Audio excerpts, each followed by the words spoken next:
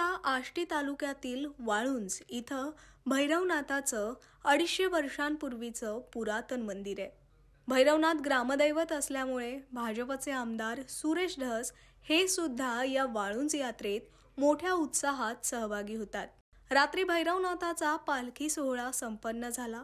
यावेळी आमदार सुरेश धस यांनी ढोल वाजवत ग्रामस्थांसह लेझीम खेळण्याचा आनंद लुटला। आमदार सुरेश धस यांचा उत्साह पाहून ग्रामस्थ सुद्धा मोठ्या उत्साहात त्यांच्या सोबत सहभागी झाले। धस यांचा लेझीम खेळतानाचा हा व्हिडिओ बीडमध्ये सध्या प्रचंड व्हायरल होतोय। यासोबतच आष्टी मतदारसंघामध्ये एका विवाह सोहळ्यासाठी सुद्धा आमदार सुरेश धस यांनी हजेरी लावली होती।